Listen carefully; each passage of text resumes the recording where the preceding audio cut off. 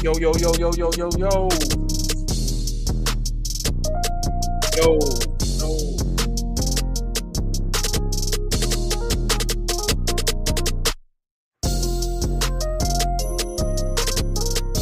Yo, yo, yo, what's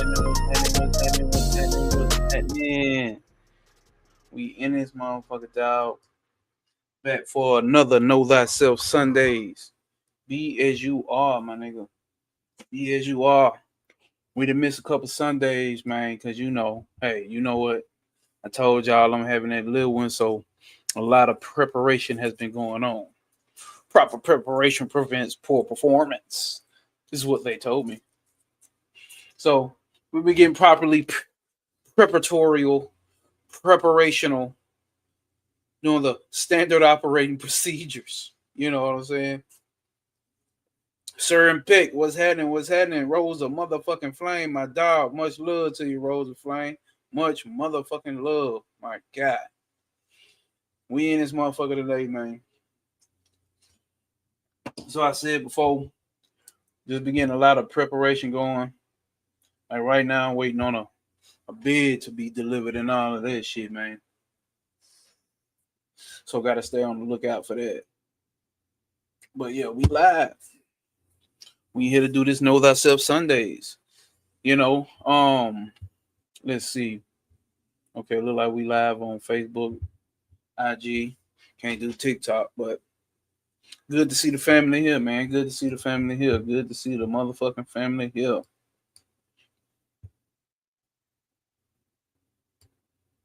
I wasn't finna do it. Some just said do it, and I ain't questioning it.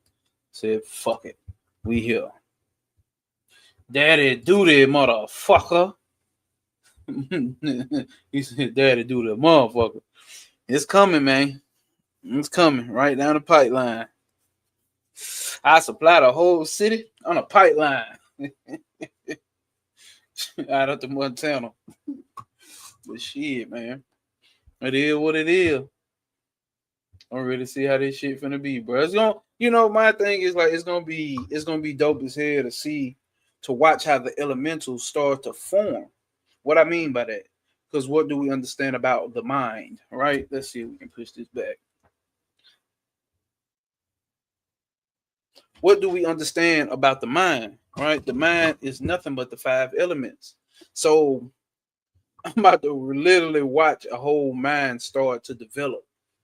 Like my shirt, you see what I'm saying? Like, how did it develop to the point where it lags on the left side? You see what I'm saying? Probably coming from sleeping in it, doing a repetitious pattern of sleeping in my fucking shirts, and that's what happens. But not real shit. So we get to watch. I get to watch the elementals come together. The elements, the totals come together and actually bring forth a pattern. You see what I'm saying? Because what we understand is that it's already what we can understand from the study of Tawa Shuti. What is that? We understand that the mind is already preconditioned. The mind comes into this motherfucker preconditioned. It already has these limits of what it can and can't do. If you understand Maya, you understand the illusion. You understand that's what it is. It's a limiting force. It's a limiting force of how much you can do, how much you can know, how much will you could say, all of that type shit. It's already preconditioned. And they like to study. I forgot what I was reading or if I was hearing it. I want to say Swami Sarapananda was speaking about how they used to talk, so we're gonna go into concepts now.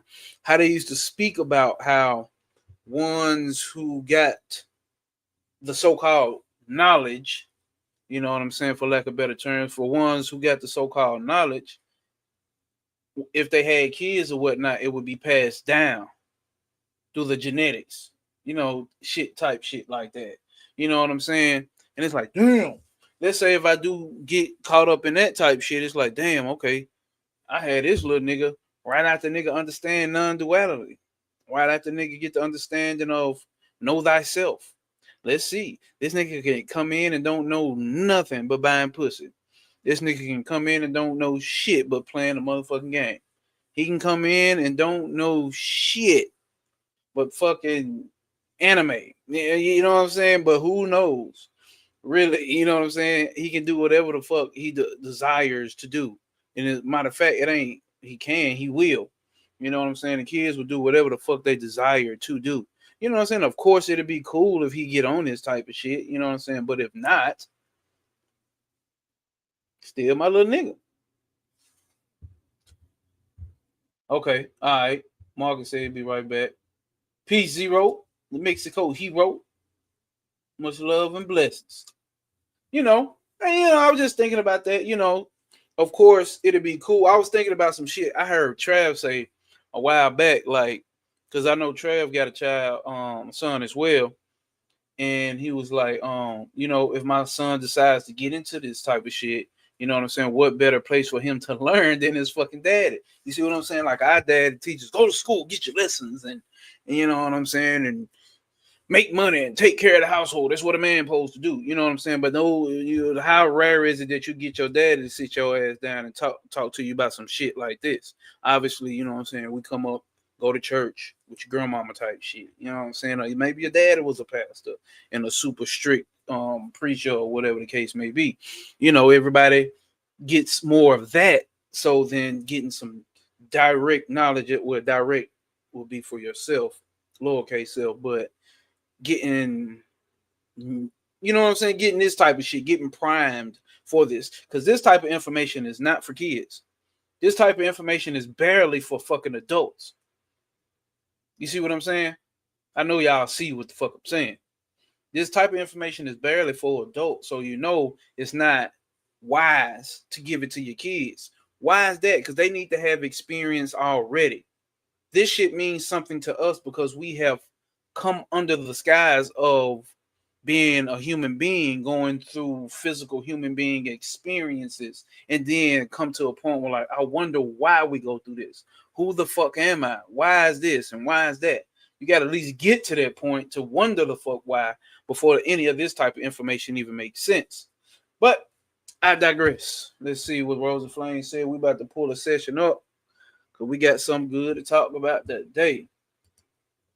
He said that's how I see it. But also kids get to that age where they don't want to hear a goddamn thing you're telling them. Facts. And there's no if and buts about it. You know what I'm saying? Like, that's what this shit is going to be. My nigga, Arjuna, if you watching this right now, I understand, nigga. I did the same shit. You think I'm bullshitting. I ain't hearing that shit daddy talking about, nigga. I'm telling you, but my daddy told me the same shit and I didn't hear none of that shit. But nigga, it's the same shit. You know what I'm saying? Nobody want to hear that shit, especially when you get to them teenage years. Sometimes it goes into the 20s. Depending on how severe the childhood was, you don't want to hear shit ever. You know what I'm saying? So you know how that shit go. But that comes with part of you start rebellion. You start rebelling. That shit come with it. So I ain't mad at you if you're watching this, son. I get it. But nigga, listen to your goddamn daddy. Fuck wrong with you. So, but I'm not gonna force it on mine or my nieces and nephews. They can come up to me about it. Not facts. That's how it's supposed to do. The same way we do this, the same way we deliver this, is the same way that had to be delivered in that aspect, right? Can't post comments from some destination. Well, fuck it then. That's how I get delivered. Because we don't do this shit for everybody. We don't do this for everybody. You know what I'm saying? You find this type of information. You know what I'm saying? This is not a missionary type of spiritual thing here. We don't go out and try to teach people about this shit on the corner. This is not how that works, because we have an understanding about how this shit actually works here. That's it right there. That's it right there, Sir Pick. My G knows what I be on. Once he asks questions, I will answer them. Other than that, I will not force it on him. And these my people right here. You know what I'm saying? Like we know. So I'm really preaching to the crowd, but just to the choir, but really just for those who may swipe through and you know what I'm saying, check this out and get the understanding what the fuck we talking about over here. Nigga pick their own shit, gang. You know what I'm saying? This nigga might fuck around one day, be a Hebrew Israelite, then 10 years later become a Christian. And then 10 years after that become a Buddhist and figure and like, oh shit, my dad had been saying some shit like this. This sound like some shit my dad had been saying. You know, it may happen like that. I may be gone by the time the nigga start questioning that shit. You see what I'm saying? But, you know, however the motherfucking cookies may crumble, it's in them, not on them. It really got to be in you and not on you. That's it right there. Very simple. Very motherfucking simple. Very motherfucking simple. So, let's see, y'all. Hold up. Damn. Hold up. Oh, there you go. All right.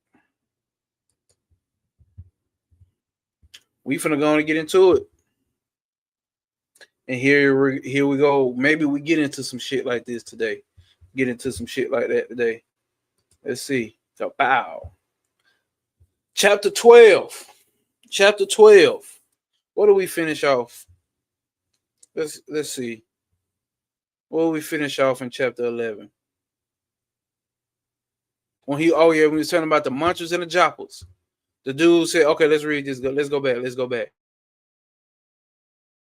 People frighten me by saying it may have unforeseen results if repeated. It is only pranava or om. So I seek advice. May I repeat it? I have considerable faith in it. Certainly, it should be repeated with faith. Question. Will it do by itself, or can it kindly give me any? Will it do by itself, or can you kindly give me any further instructions? The object of mantra japa is to realize that the same japa is already going on. It's already going on. So let's say we're talking about no obstacles will apprehend you. Prosper over pain. That we say here every fucking day. What does that mean? What does that mean? It's already fucking going on within you. The thing here is about recognizing it. It's about recognizing it. That's it. That's why you will get some of these teachers that tell different people different things to do. For some people, it's not necessary because it's emanating from them. That shit coming straight out your aura. That's not necessary for you. For other people, it may be necessary. And it's not that, oh, this motherfucker is better than this motherfucker. No, that's just where their mental temperament is at. Because it's already going on inside of each and every last one of us. Get what I'm saying? It's already going on in each and every one of us. So it's already going on in oneself without effort. That's where you get to call in this shit the lazy path. Because it's already effortlessly happening. You may have to put in effort to realize it, but that's it. You're not creating the self. You're not creating a more divine personality. You may think you will create a more divine personality, or you're not building up your divine powers. That divine power already lies dormant within you. It's already there. The only question here is realization. That's what we're getting into today. The only question here about spirituality is realization. Have you realized it yet? And if you have not realized it, then you know what time it is. Put in effort. So my people, put in effort. We need to put in effort. The oral japa becomes mental, and the mental japa finally reveals itself as being eternal. So when you're saying it out loud, right, you repeat it out loud orally or verbally, no Diddy or no Trump. So you repeat it out loud and it gets stuck into the mental, right? Just like a song. This shouldn't be hard to understand. Just like a song gets stuck in your head and it's in the background. You know, you ever realize how you ain't heard a song in so fucking long and you used to know it by heart, but you know that song word for fucking word, ad lib for ad lib. And it been so long since you heard that motherfucker. As soon as it come on, you know, word for word, just like it was yesterday. You get that feeling that you first felt when you first heard the song. That mental impression has laid dormant. It's sitting there. Just like that. Knowing that I am, knowing that I exist. It sits there. So to attain knowledge of self only means to do what? To recognize that you are already the self. It's not really learning anything new. Really, it's not. On an ultimate level, it's not. On a relative level, yes, we can say we learning shit. But you got to understand when you're doing learning, you're doing nothing but learning more concepts. And concepts are only meant to point. It's only used as a pointer, not real knowledge. You are that knowledge. I am, I exist is the real knowledge. That is what this shit is about. Got my damn glass. Hold up. That's what this shit is about. The knowledge I am. That's it. You're not learning. You're just remembering. It's like, oh, damn, shit, I forgot. Technically, you didn't forget. Because you're like, oh, shit, yeah, I remember. So what is remember? To remember. To remember, to put things back together. Or recognize. Recognize, right? So we're not really building something new. We're just recognizing what we have always been.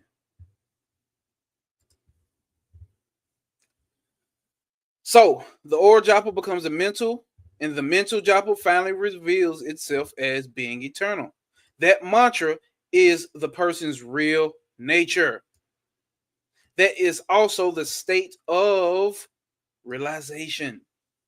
That is also the state of realization.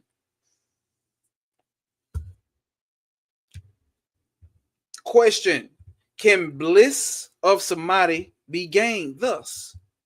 The japa becomes mental and finally reveals itself as the self. That is samadhi. So that's how we ended off last week. The mental impressions of a japa, right? A holy word, right? God's name, or a name that refers to God, or whatever you want to call it. You know what I'm saying? And Om is that precursor to all of them for a fucking reason. Now remember, we went through the dark veil lifted of what Om represents. Let's see if we can find it. Let's see. It's and then it's that silence right after that. I know I broke it down in here. I don't want to get sidetracked. If it don't pop up in 5, 4, 3, 2, 1, 0, I'm gonna still try. I could have sworn I did Om. I did. I had to. Oh, shit. I thought I did, y'all. I know I did. I'm passing it somehow. But the breakdown of Om is the waking, deep sleep, and dream state. And then the state that's not really a state after that, which is called the fourth, which is called Turiya. And that is where you sit. That is your ultimate reality. I had that shit on here, y'all.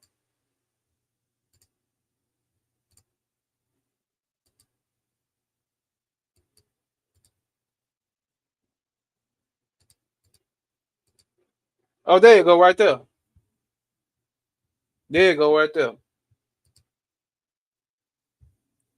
So you can take that because AUM is how Om is spelled. Obviously, when it comes to English, you can screenshot that, you know, and goddamn get the breakdown on that. But it's Om, and then it's silence. We ain't got time to go through this shit today, but that's really what it is, though, y'all.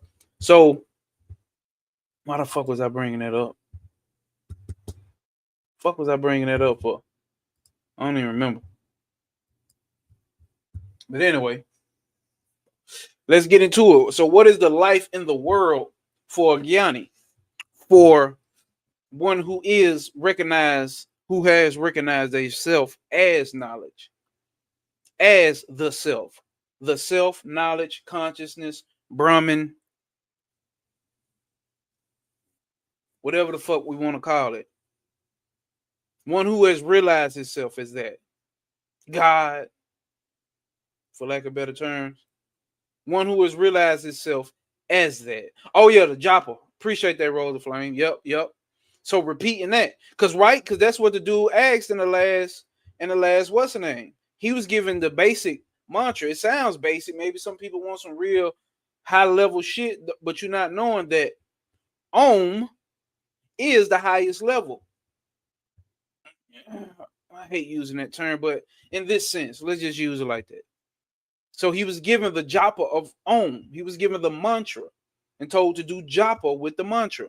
Japa is just a repeated name, just repetition of a verbal name of God, for lack of better terms.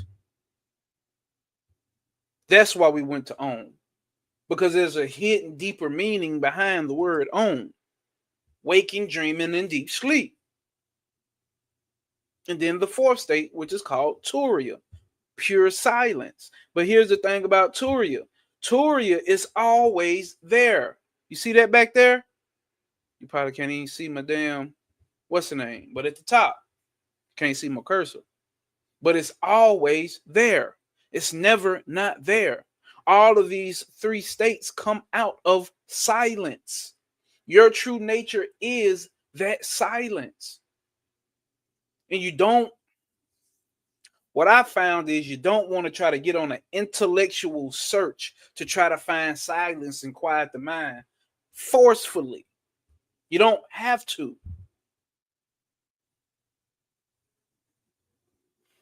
You need to recognize that that silence is already there and has always been there. And you'll start to see how subtle you can catch that silence. It's not an intellectual, logical silence. Remember, I told you silence that we, from the aspect as we humans know it, silence has a fucking sound. Or other than that, how the fuck do you know is silent in this motherfucker? That's what we mean by words. Words are fucking false, because no word actually gives you the actual description of what something is. Matter of fact, it can just do descriptions. It can't give you exactly what it means. Does that make sense?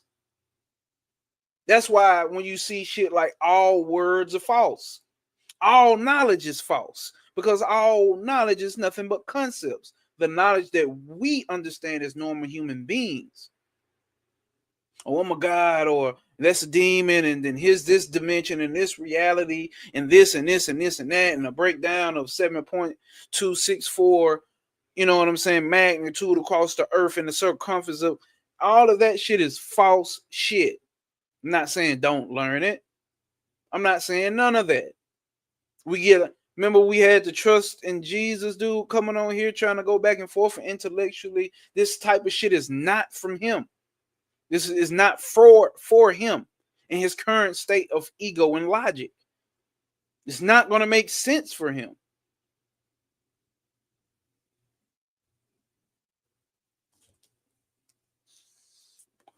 And it's not to shit on, because that's where I come from.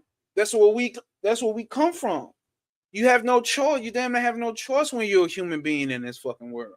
Soon as you come into this motherfucker, you getting flooded with concepts. I'm about to flood my son with fucking concepts. Say thank you. Say yes, sir. Say no, ma'am. Sit down.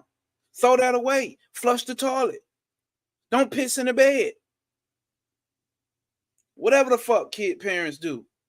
Sit down till you finish eating your food. Don't tell your mama no. These are concepts of fucking manners. I just explained. You come into this motherfucker, get flooded with concepts. So obviously, you're going to base everything in this motherfucker that you do off of fucking concepts. Right? So who is the Gyani? Who is the one who's realized itself? One who has not identified himself with the concepts. When you understand that all relative knowledge, all of relative knowledge is nothing but concepts, and you are not those concepts, then what left is there? What is there left? Because who you think you are as a person, as a personality, as an ego, as a human body is nothing but a concept. All right?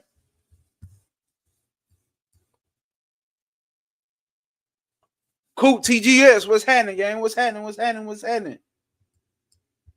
Mathra, the gang in this bitch, what's happening? Yeah, facts. We just, the mind gets put under fucking conditions. Ain't no changing that shit. You know what I'm saying? Like, I don't give a fuck if you was an atheist. That's a concept that conditions the mind. That mind is conditioned by whatever the fuck it is. You ain't gotta believe in no God or nothing. The mind is still fucking conditioned. That's just the way this shit works.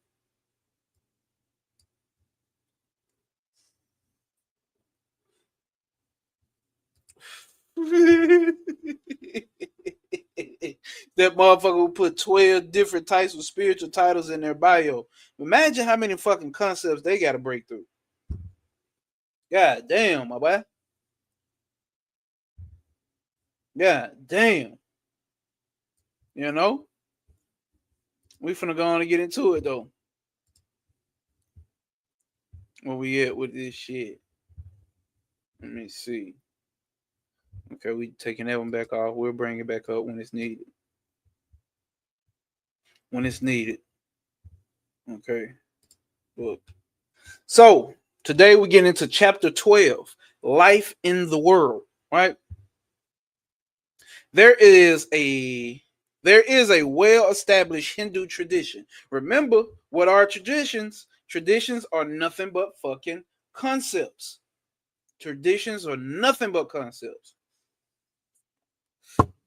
Nothing but concepts, which prescribes 4 stages of life.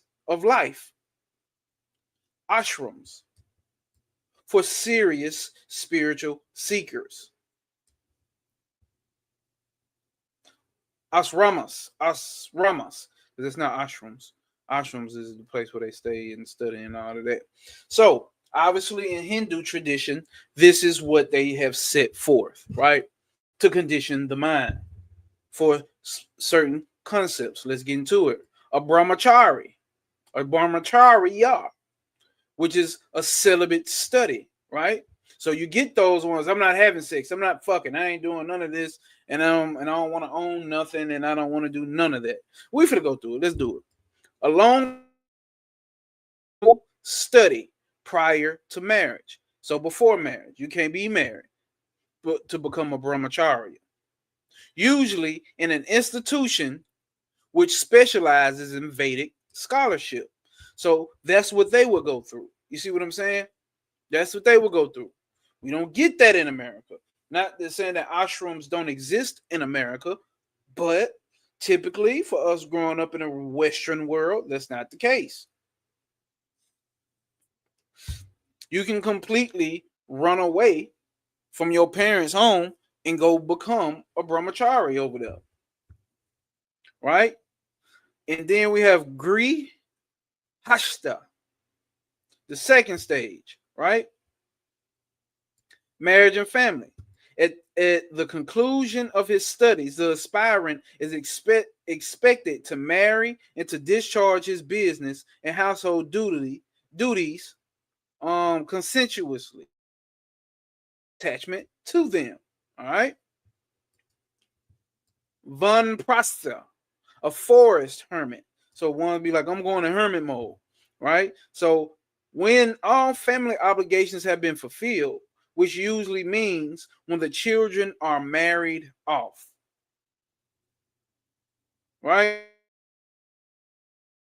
Solitary place, usually a forest, and engaging in full-time meditation. How many of y'all want to do that? Not a judgment, but I'm saying I know there's people who like, yeah, I can't wait until I can leave, go off grid, and just meditate for the rest of my life. Knock yourself out with it, whatever the fuck floats your boat. It ain't my type of thing, but whatever the fuck floats your boat. You got the right to do that.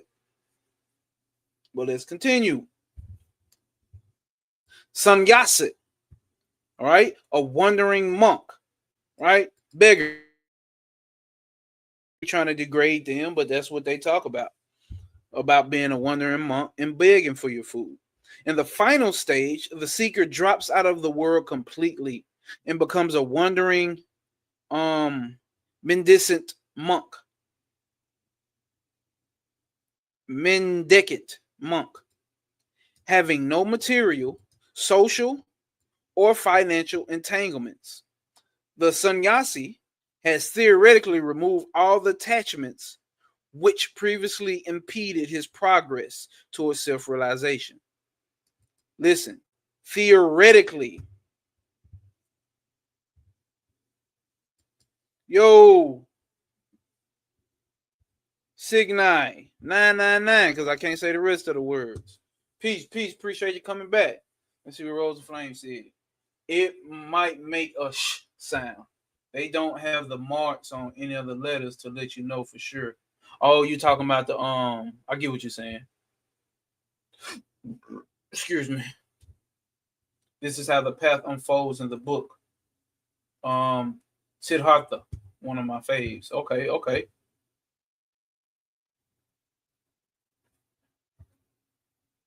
Oh, the sannyasi? Is that what you're talking about, Rose of Flame? The sannyasi?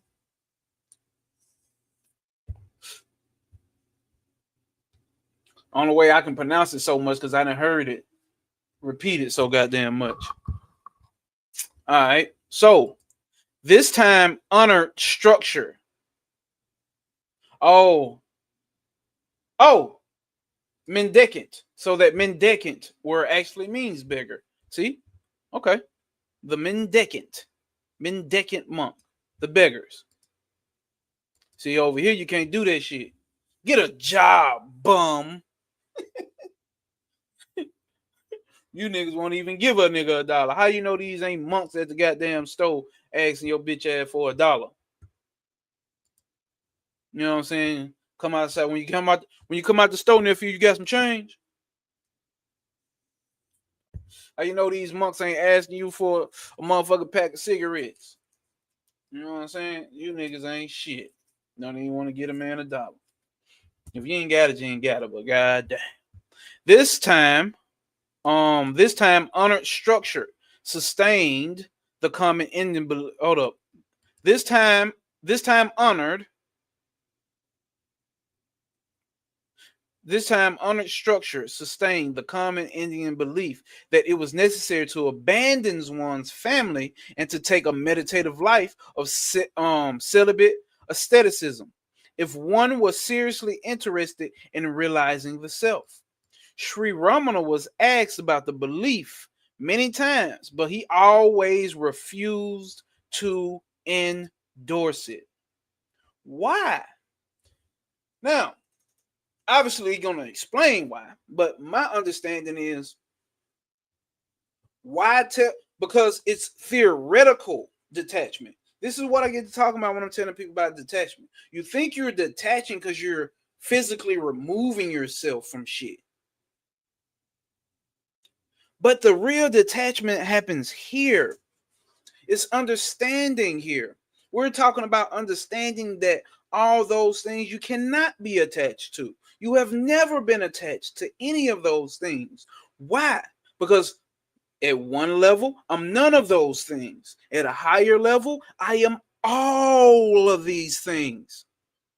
So when it says I'm not the body and I'm not the mind, that has to help you to remove your heavy identification of the illusionary aspect of who you think you are. But on the ultimate level, this body, this mind, this ego, these elements, that dog shit, your wife, your son, your kid, all of those are you. But you can't start off with that. You gotta remove yourself from that, because if you start off with that, you're gonna find yourself getting more caught up in the ego. Run around here trying to power up like fucking Goku with the spirit bomb.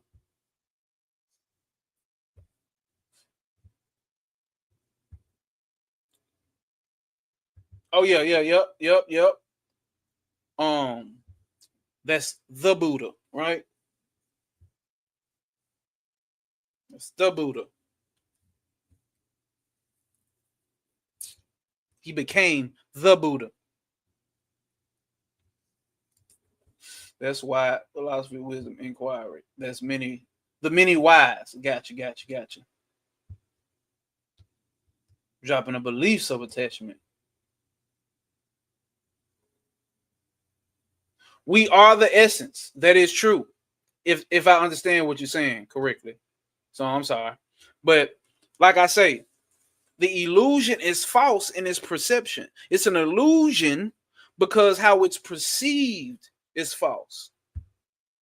But the essence of the illusion, Brahman and Maya are one. Shiva and Shakti are one. Fire and heat are fucking one.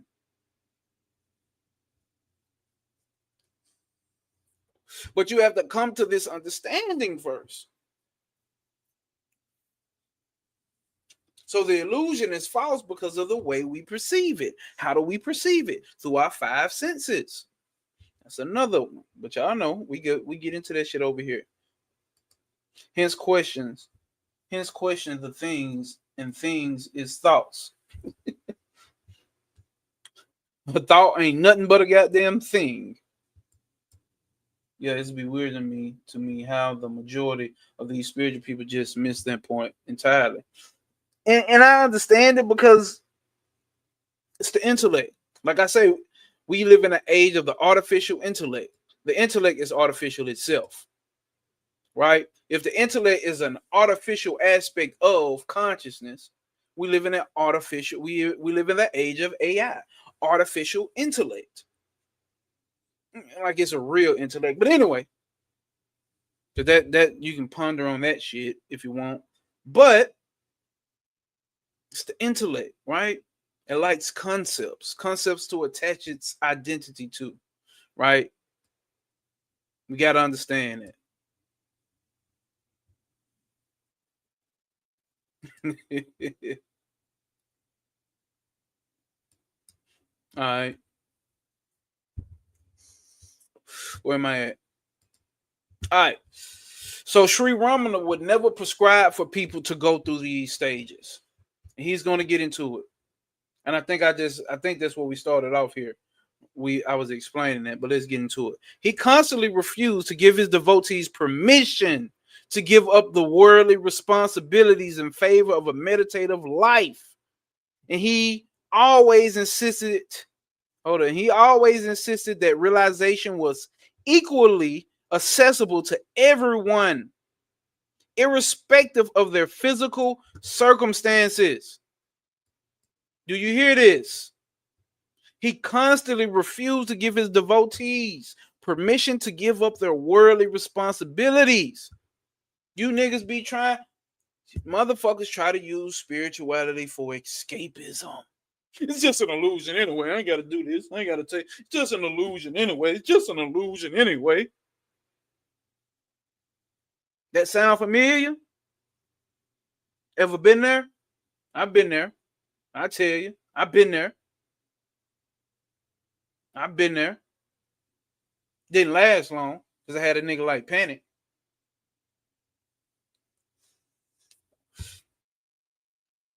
Didn't last long.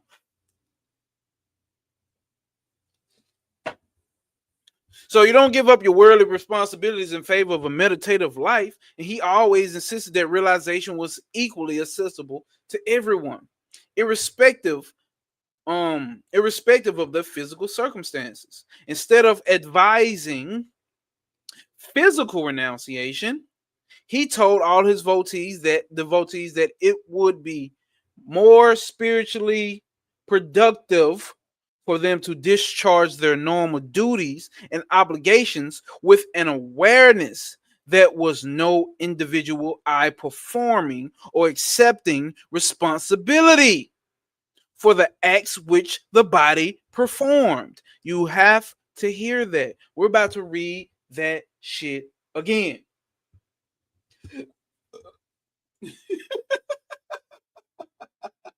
Hey, man, he said escapism and kinkyism. I ain't never heard that word. I'm telling you, bro, still gotta pay your bills, eat potato chips. You hear what I'm saying? Still gotta pay your bills and eat your potato chips. If you want to switch it up to some vegan chips, go the fuck ahead.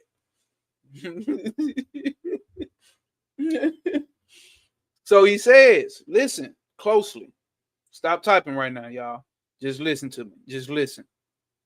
Instead of advising physical renunciation or physical detachment, he told all his devotees that it would be spiritually more productive for them to discharge their normal duties and obligations with an awareness that there was no individual I performing or accepting responsibility for the acts which the body performed. Did you hear that? There is your motherfucking detachment to know that you are not this body carrying out these acts. This is the play of Maya. This is the illusionary realm, right? This is the matrix. This is what nature does. You're separate from nature, and then at the same time, you're not separate from nature. But there's no individual I that's taking responsibility. Okay? He firmly believed that the mental attitude had a greater bearing on spiritual progress than the physical circumstances. And he persistently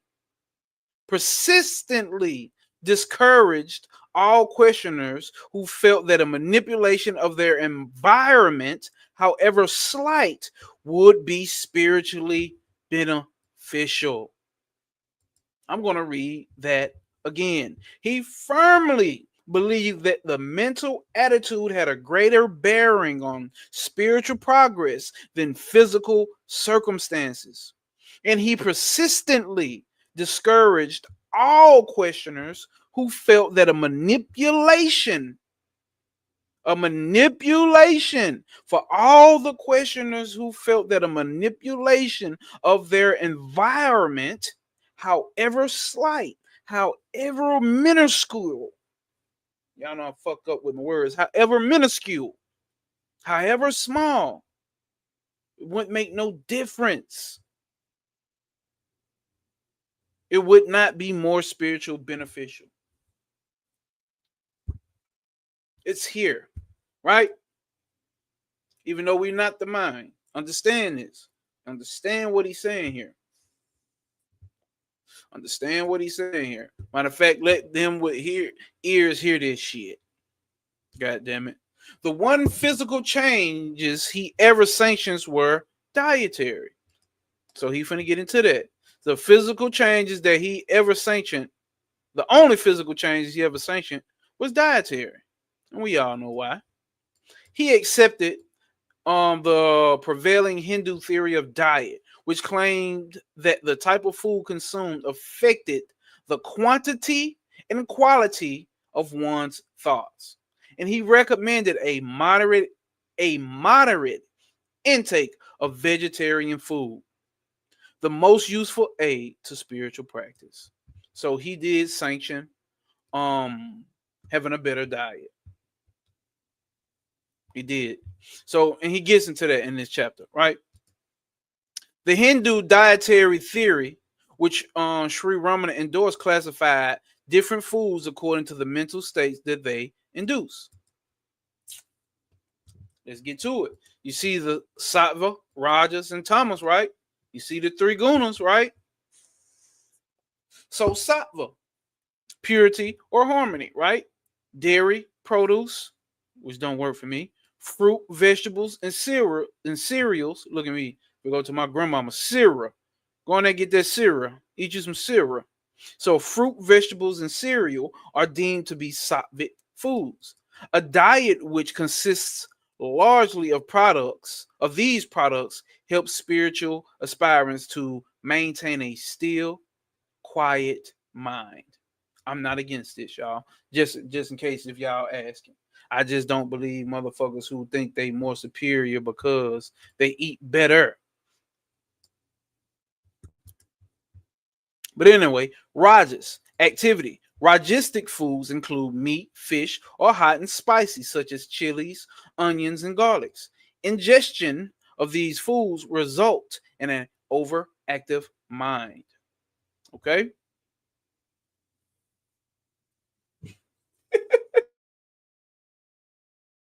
Chris. He ain't been to America, have he? Quiet mind. We talking about the quiet mind, not the physical brain, but the quiet mind. Thomas, sluggishness. Foods which are decayed, stale, or the product of fermentation processes, such as alcohol, an example, are classified as tamasic. Consumption of these food leads to apathic, torpid states of mind, which hamper clear, decisive thinking. We know that, right? No, facts, it's real in the West. All right, hold up.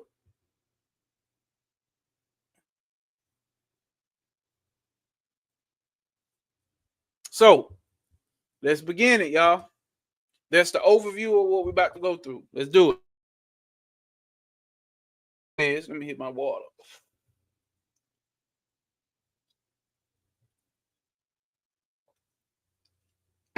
Hey, I got a rajastic diet as well. That spicy shit.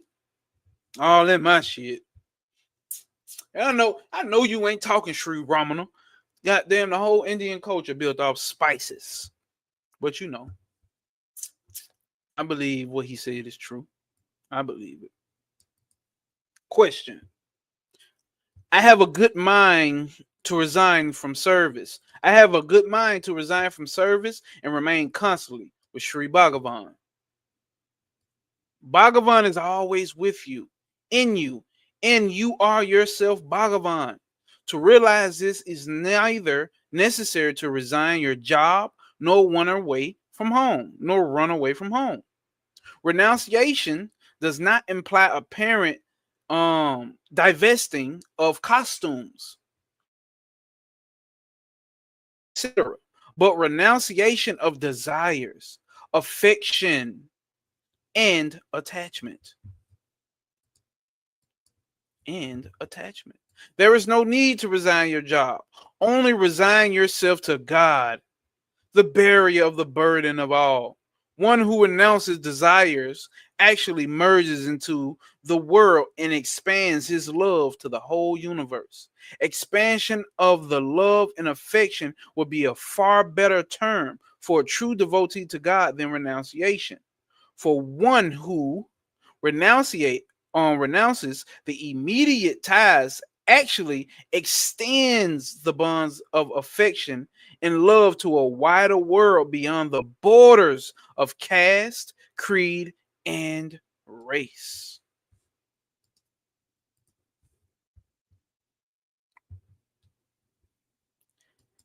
A sannyasi who apparently casts away his clothes and leaves his home does not do so out of aversion to his immediate relation, but because of the expansion of his love to others around him. When this expansion comes, one does not feel that one is running away from home. Instead, one drops from it like a ripe fruit from a tree. Till then, it would be a folly to leave one's home or job. Y'all remember when Dion Fortune was saying that in the practical magic and applied magic book we was reading? She was saying there's no reason for you to leave the home and run away unless it's really inertly or inherently in you to do so. And you will know. You won't feel like you running. You won't feel like you get what he's saying. Question: how does a grihastha or a householder fare in the scheme of moksha or liberation? Should he not necessarily become a mendicant or a beggar in order to attain liberation? Why do you think you are a grihastha? Why do you think you are a grihastha? Why do you think you are a householder? Similar thoughts that you are a sannyasi or wandering monk will hunt you, even if you go out as a sannyasi. Whether you continue in the household or renounce it and go to the forest, your mind hunts you. Do you hear that? You gotta highlight all of that. You ain't got the mind understood. You ain't got this shit packed down yet. And you trying to run away thinking that's gonna give you that peace. You can go from the forest to the trailer park to van life to a whole nother motherfucking country because America is just too much. No matter where you go, your mind is going to haunt you. The ego is the source of thought. It creates the body and the world. And do you hear that? The ego creates the body in the world. And it makes you think of being the householder or the grihastha.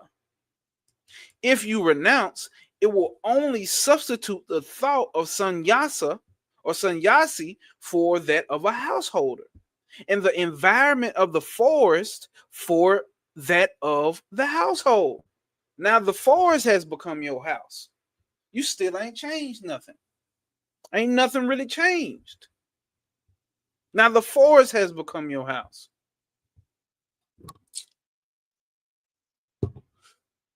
Which means you ain't got it yet. But the mental obstacles, hold up. If you were no. But the mental obstacles are always there for you. They still gonna be there for you. They even increase greatly in these new surroundings. Listen, listen, listen to what he's saying. For those who've been thinking about just running away, hey, but if it's in you, do it. If it's in you, do it. But he's letting you know Those mental obstacles are still going to be there for you. They even increase greatly in these new surroundings. It is no help to change the environment. The one obstacle is the mind, and it must be overcome, whether in the home or in the forest. If you can do it in the forest, why not do it at home, nigga? Ding, ding, ding, ding, ding, ding, ding, ding, ding, ding. If you can do it in the forest, if you can do this shit in the forest, why not do it at the motherfucking crib? If you feel like you can run off into the forest, or you can go off to another country because America's so hard, or you feel like you can go into goddamn living off grid and it makes it so much easier. If you can do it in those environments, why you can't do it at the fucking crib where you already at? Therefore, why change the environment? Your efforts can be made even now, whatever the environment. Question: is it possible to enjoy samadhi or awareness of reality while busy in a worldly work? The feeling I work is your hindrance. Did you hear that? The feeling I work, me, I go to work. That feeling, not even the words. Listen, he didn't say the words I work. He said the feeling that I work is the hindrance. Ask yourself, who works? Who is that who is doing the work? Remember, my nigga, remember who you are. Then the work will not bind you. It will go on automatically. You know why? Because your ego has attached itself to the work. You think you are the one doing the work. That's why working a job fucks you up. I'm not saying, what am I trying to say? To be quite clear,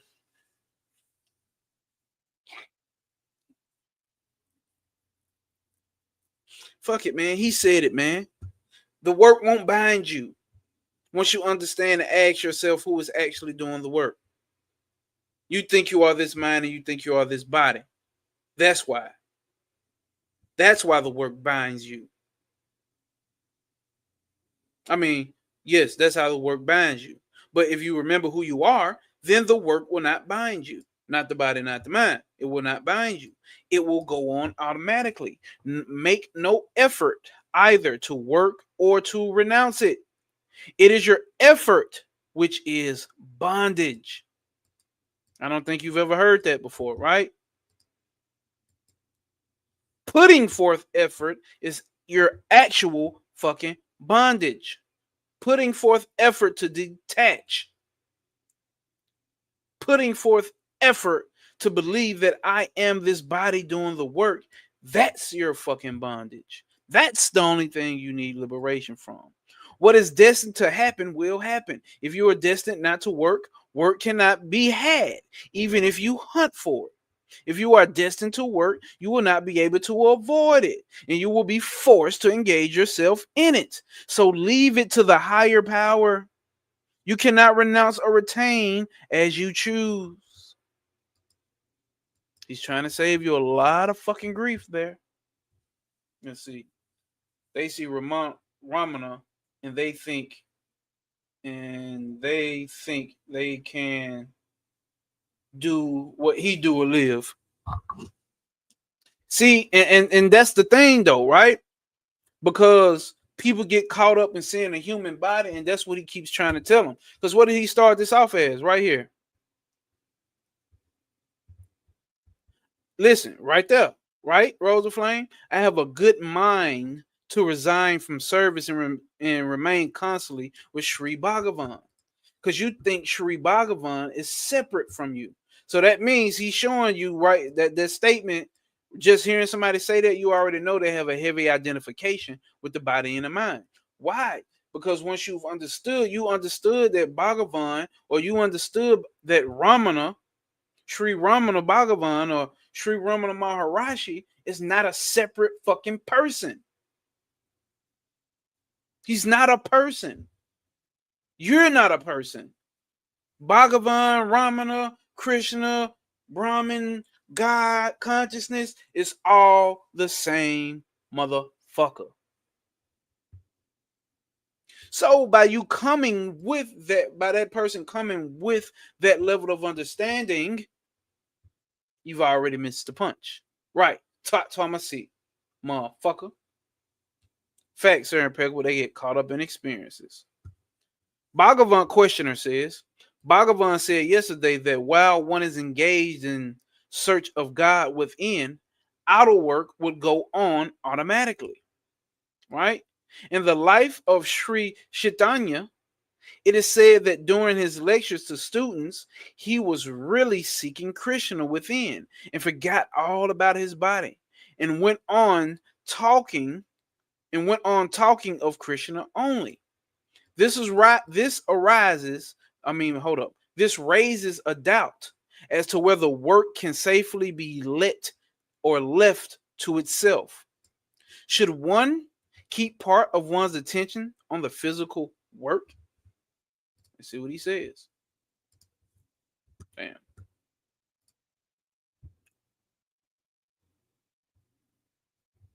Let's do this. Let's move this screen, make it a little bit smaller.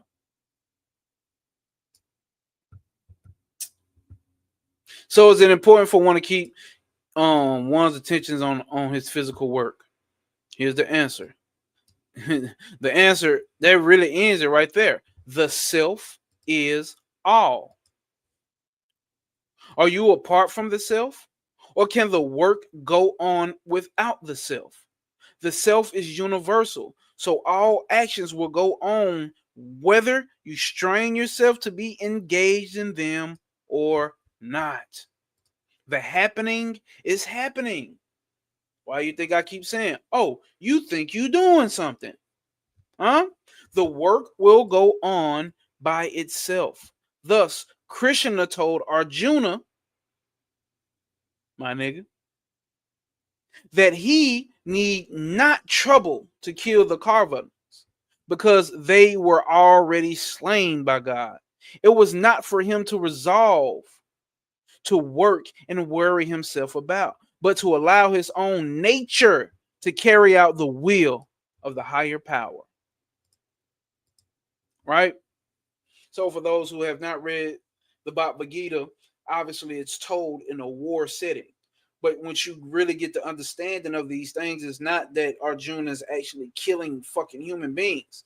It's killing a part of itself. It's killing off these mental impressions that he's taken to be himself, that he's heavily identified with. And it's okay, because those parts are already through for. They're not real anyway in the way that you perceive them. They're not real anyway. Facts. Get this knowledge and take your ass back home. Question. But the work may suffer if I do not attend to it.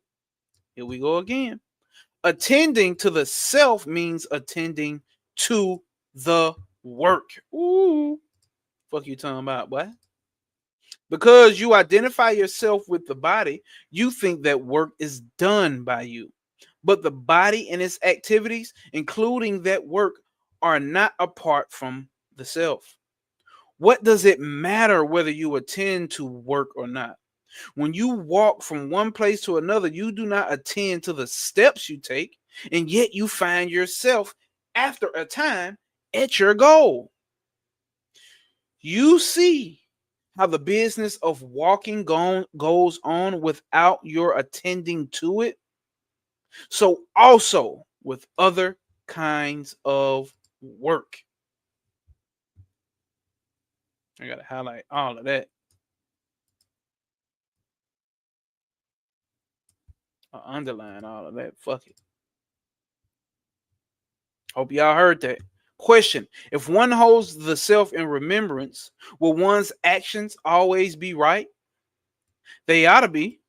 However, such a person is not concerned with right or wrong of his actions, or right or wrong of his actions. His actions are God's and therefore right. Hear no evil, see no evil, speak no evil. Question: how can my mind be still if I have to use it for more, if I have to use it more than other people? I want to go into solitude and renounce my headmaster's work. No. You thought you were gonna come to a nigga who live a life like you think he lives and want to live like. And you thought he was gonna say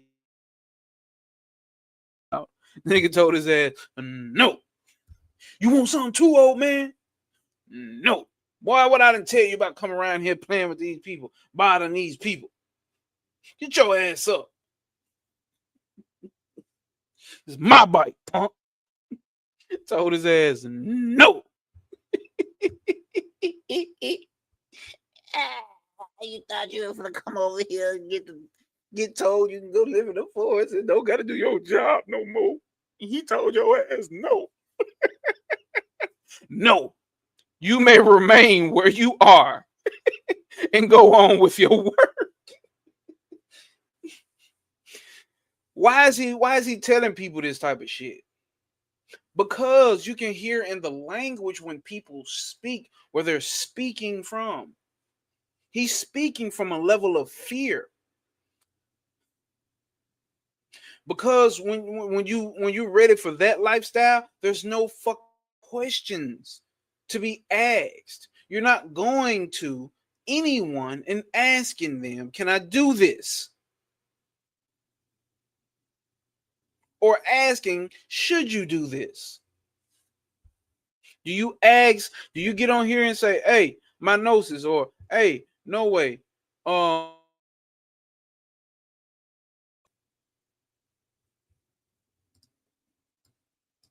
I might tell your ass, "No, remain where you are and do your work." Don Tree, peace, peace. What's happening? What's happening? Damn, what Mothra at, man? Mothra must be busy. Had to dip out and come back. My dog Don Tree was happening, gang. The ever shining one. What's happening? What's happening? Oh, okay.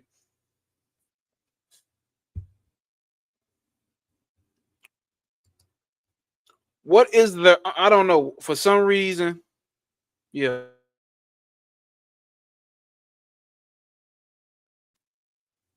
What is the undercurrent which verifies or listen? What is the undercurrent which vivifies the mind, enables it to do all of this work? What is the undercurrent? What is the hidden principle? That's all we talk about here. That's why I keep saying, listen, you don't know shit. All you know is that you are. All we know is that I am, that I exist. All this other shit we don't know is completely speculatory. Whatever the word is, it's completely theoretical. It's completely hearsay. Like my nigga Maharaj says, the greatest miracle is that I did not know I was, and then suddenly I came to know that I am. Who were you prior to birth? Who were you 6 months before birth? At what point did you set this up to get here? Tell me from your memory. Tell me from your direct experience. No one can do that. Everybody's gonna come with some shit that we've learned through spiritual teachings and spiritual books. But this here is the knowledge of direct experience. What's your direct experience?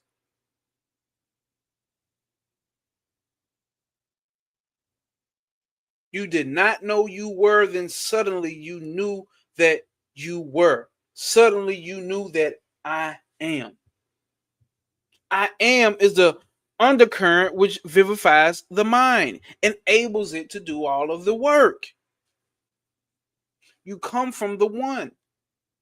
You got to think about it. Everything that you ever done starts with me, my, and I. It's always been the I first.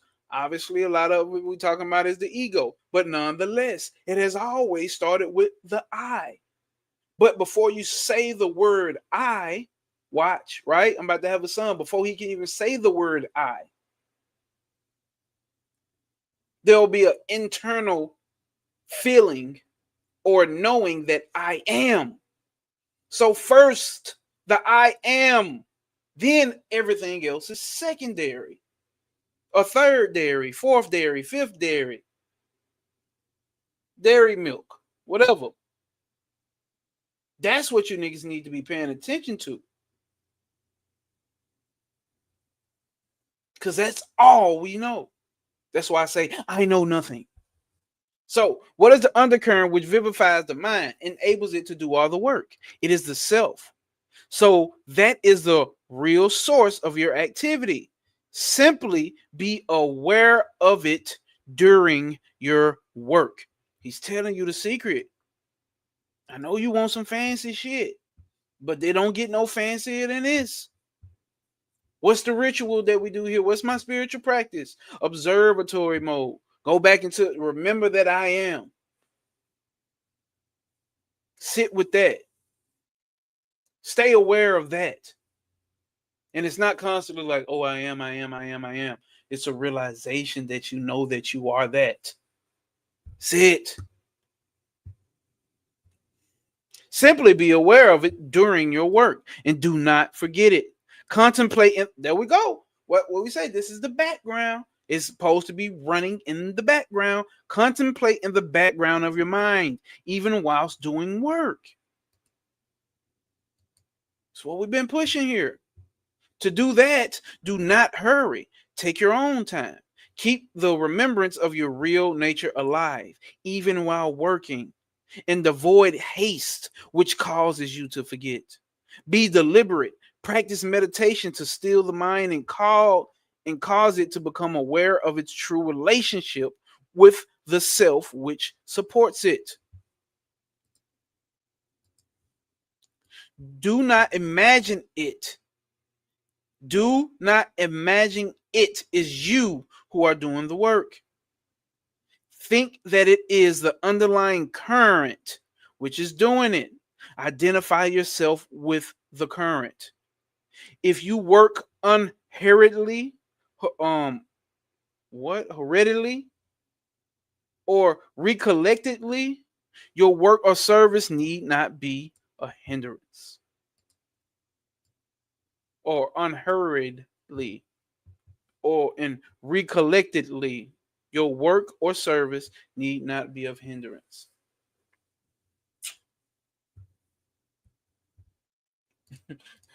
My boy say it's the mosquitoes in the woods, bro. Ramana like your OG uncle. Keep in mind the majority of people who romanticize running off to the wilderness have little to no actual experience in the wilderness. Facts. Awareness is like a sheet of paper. You can write on it, but it also can be erased, but the sheet of paper is still there. That's it. Realize that you are that piece of paper.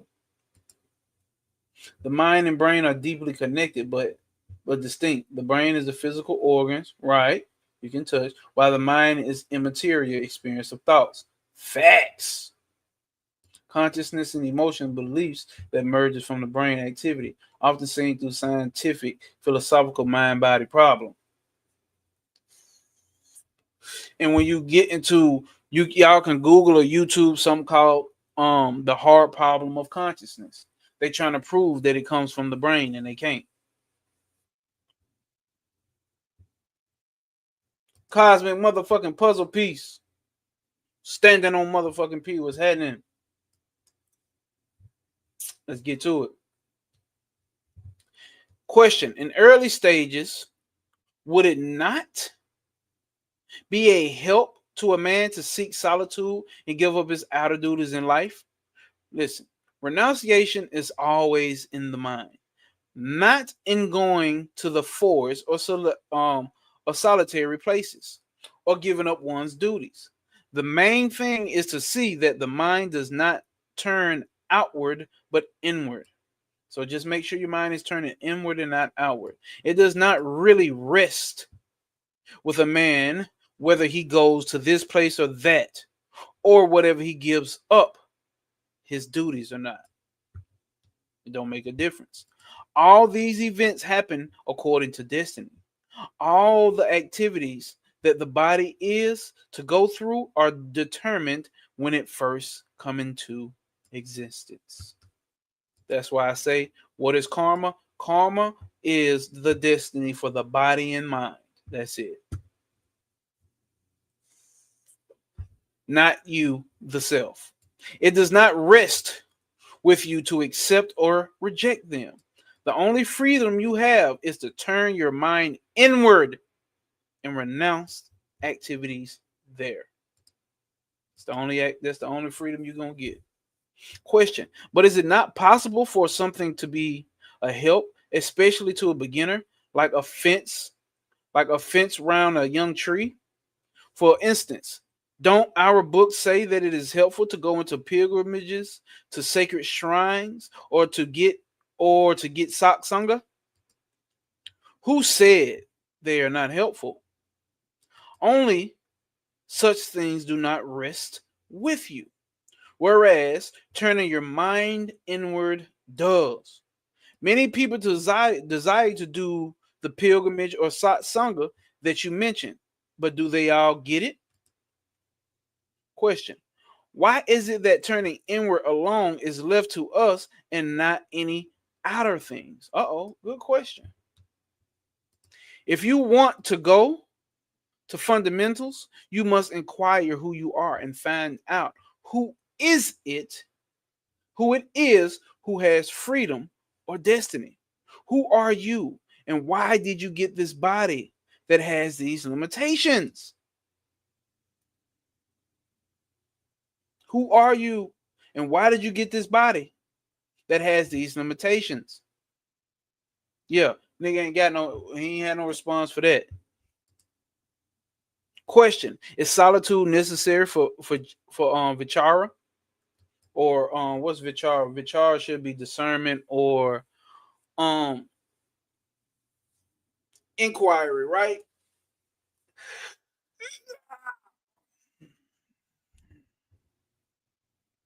Where we at? There is solitude everywhere, my nigga. The individual is solitary always. His business is to find it out within, not to seek it outside of himself. Solitude is in the mind of man. One might be in the thick of the world and maintain serenity of mind. Wouldn't you want that to be goals, nigga? Such one is in solitude. Another may stay in a forest, but still be unable to control his mind. Such a man cannot be said to be in solitude. Solitude is a function of the mind. A man attached to desires cannot get solitude wherever he may be, whereas a detached man is always in solitude. Question: so then, one might be engaged in work and be free from desire and keep up solitude. Is it so? Yes, my nigga. Yes. Work performed with attachment is a shackle, whereas work performed with detachment does not affect the doer. One who works like this is, even while working, in solitude.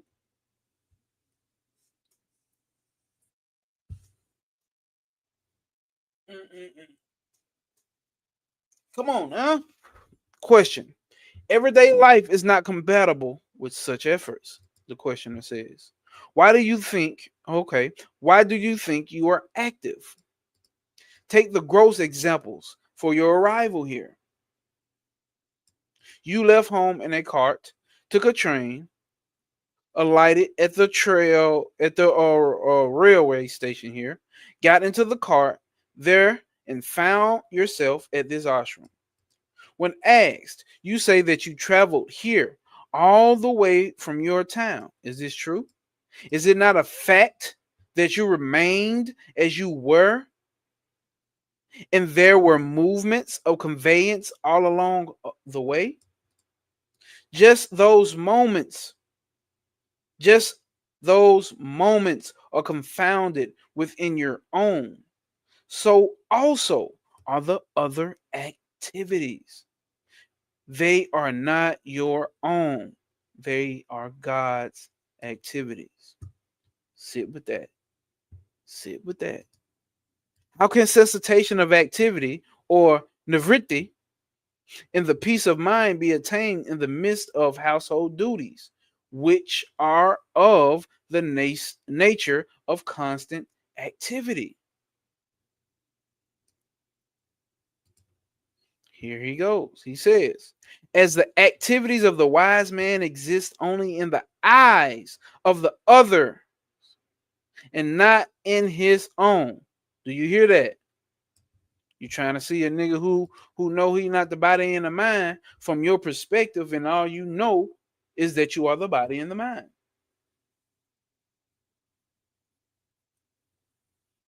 Is the mind to be controlled or observed? The mind is to be observed, and you'll understand that's the control. You'll understand because this question of who am I bring is I always use this. I always use this. It's like an ice cube. But ice cube is the mind or the ego or the intellect or logic, whatever the fuck you want to call it. It thinks it's different from this cup of water here. Only thing different here is the name, form, and function. But that's an illusionary. Why we say it's illusionary and it's not real? Because it's not constant. It's not going to stay ice. It has to dissolve back into the water. So controlling the mind is actually dissolving the mind back into consciousness. And you can do that by observing and asking this internal question, who am I? Who is that who asks this question, who am I? Who is that I who is meditating? Meditate on the meditator. All right. As the activity of a wise man exists only in the eyes of others and do not in his own, the activity don't exist in his own mind. It exists in other people's mind, right? Although he may be accomplishing immense, although he may be accomplishing immense task, he really does nothing. That's why I keep saying this is the understanding here that is being spoken when I say, oh, you think you're doing something. You're not doing nothing. The real you is not doing a goddamn thing. Therefore, his activities do not stand in the way in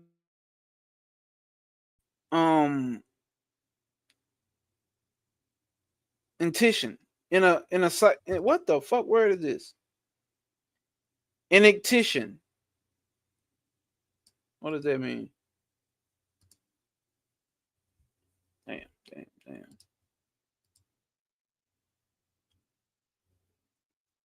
Lack of action. Oh, it does not stand in his way of lack of action and peace of mind. So let's read this again. As activities of the wise man only exist in the eyes of others and not in his own. Although he may be accomplishing immense tasks, he really does nothing. Therefore, his activities do not stand in the way of his inactition in peace of mind. For he knows the truth that all activities take place in his mere presence.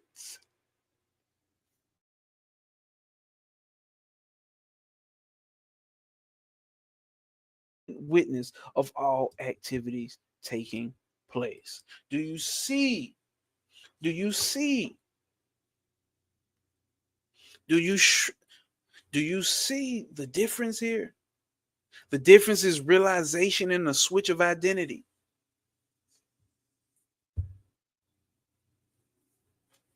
You may see me, you may see him, you may see them doing actions, but it's not them. That is why this is called an illusion. It's deceptive. It's a lie. It's a falsity in the way that it is perceived. There should be enough on that. Question: is it harder for Westerners to withdraw inwards? We almost done. We just read one chapter today, y'all. So here we go. Let's talk about the Westerners. For you Westerners, you great Westerners, my man says, is it harder for Westerners to withdraw inwards? And here's the answer from Bhagavan.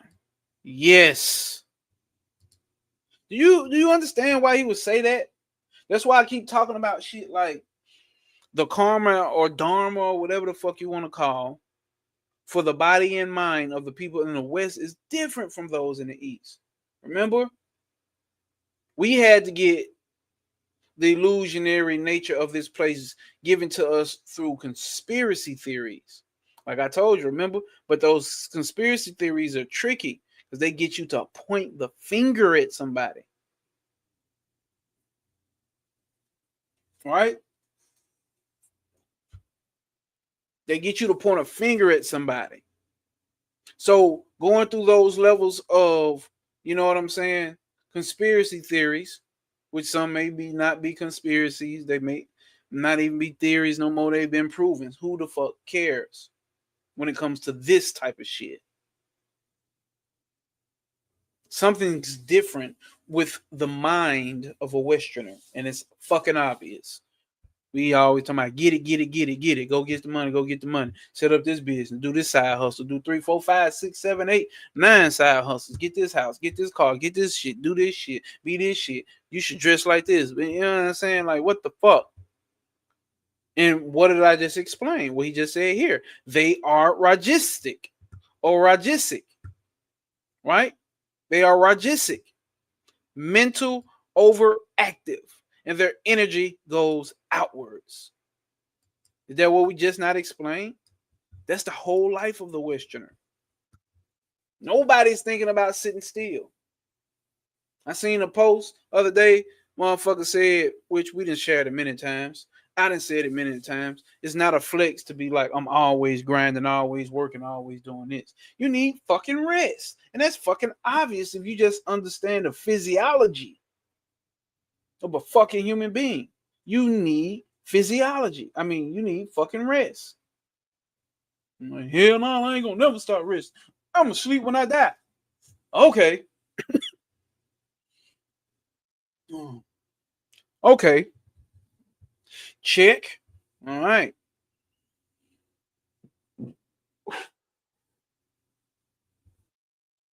We must be inwardly quiet, not forgetting the self. And then externally, we can go on in activity. I keep telling y'all, it's an inwardly quietude, not just shutting the fuck up, which can be part of it, but it's not just that. It's y'all get it. Does a man who is acting on the stage in a female part forget that he is a man? Does he forget that? No. Similarly, well, nowadays, I don't know. I don't know, Sri Ramana. You should have came over here 9 days with motherfuckers. They'll fight you to let you know that they're a man. Shut up. Never mind. Let's not even go into that shit. But y'all get it. Does a man who is acting on a stage in a female part forget that he is a man? Similarly, we must too play our parts on the stage of life. But we must not identify ourselves with those parts. Are you hearing this? We must not identify ourselves with those parts. That's where your pain and anguish comes in at. You think you're that person that works that job. That's why you hate that job so much. You think you're that person who's fucking clocking in. That's why you hate to go clock in at a job.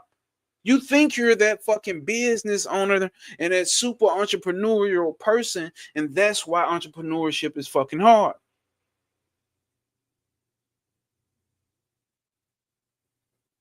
You think you are this kid who has been emotionally embarrassed and emotionally suppressed as a child.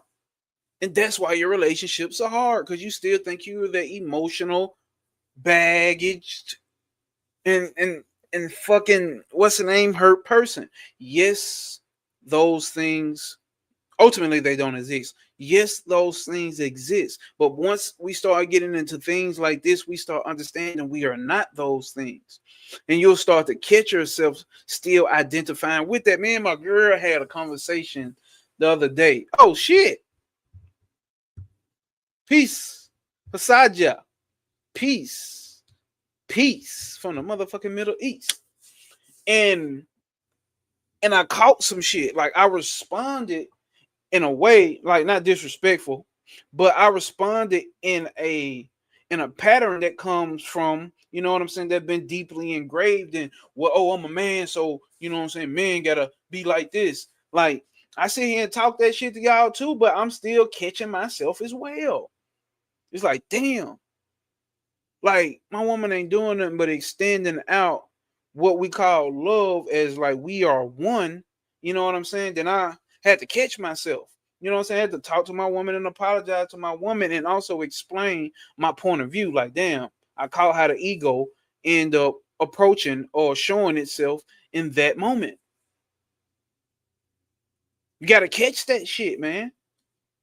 And the more and more that you catch that shit, it detaches you from that fucking identity.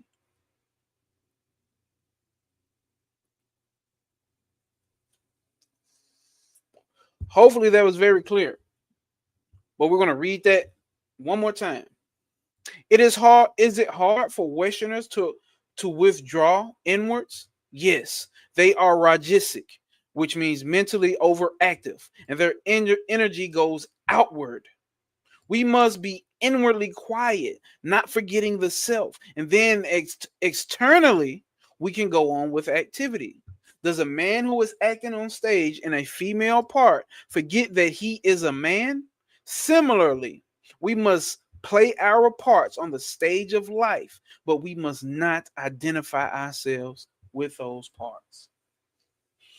Many beings have done this dance, many lifespans unaware, being concerned about flesh and blood. I've heard interviews where actors say that they do sometimes get attached to their roles and have to do mental exercise to overcome. Facts, bro. Who was that played a big part and said he had to detach from that shit? Had to take some time and really detach from that shit. Because you'll get wrapped up thinking that you are that. And it's common. We all put on these masks and forget that we are that.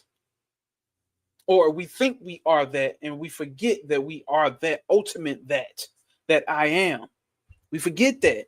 And a lot of people just don't know that on a conceptual level, at least.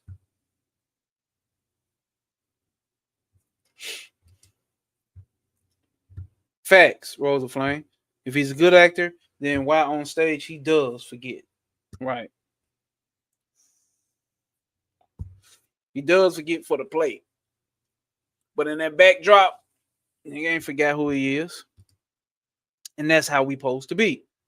Right? Question. How does one remove the spiritual sloth of others? Now, why would he ask this question to Bhagavan? How does one remove the spiritual sloth of others? Nigga, have you removed your own? Turn your inquiries towards the self. The force set up within you will operate on others also.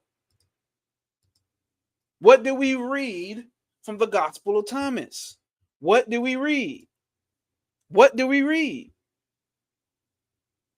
You find a lodge in your brother's eye, but you do not see the lodge in your own. Ain't that what Jesus said? But when you see the lodge in your own eye and remove it, then you can help remove the lodge from your brother's eye. Nigga, same shit right here. Nigga. But, question says, but how can I help another with his problem and his troubles? Here we go. Finna get on his ass. Let his ass have it, Bhagavan. What is this talk of another? There is only the one. The fuck is you talking about out of these other people? Try to realize that there is no I, no you, no he, only the one self, which is all. Why have you come here, nigga? If you believe in the problem of another, you are believing in something outside of yourself. If you believe in the problems of another, you are believing in something outside of yourself. If you believe in the problems of another, you are believing in something outside of yourself. You will best help him by realizing the oneness of everything rather than by outward activity. Is that not what we do here?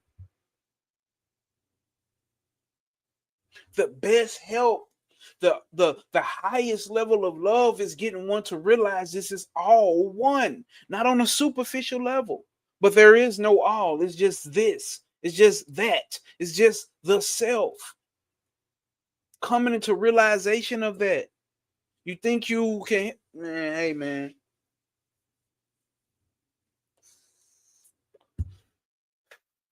Hey man. That's the only problem, that we believe we live in a dualistic nature, that we think something separate. I'm telling you from experience, that has boggled down, that has dried up the river of mental stress by understanding that.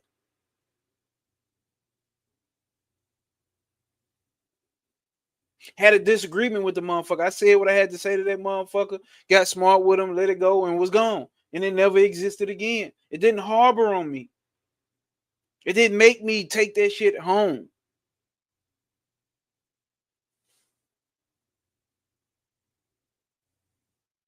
Because I checked myself at that point, like, damn, I felt no emotional response in my gut. I still said what a nigga said, but I had no emotional attachment to the way that, to whatever my word said. There was no emotional attachment to it. What was said was just said. Now I holler at you. Fuck you talking about? And it's that simple. There's no emotional attachment to it. There's no, my ego felt disturbed and was hurt and wanted to cause harm. None of that. Don't take that shit home.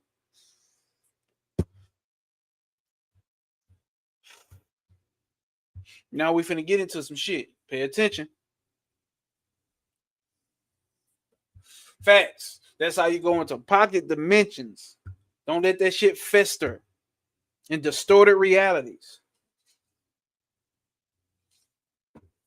That's how thoughts survive. You give a thought to a thought, and then that thought creates another thought. Then that thought creates another thought, and that thought creates another thought. Now you're in this fucking thoughtful world.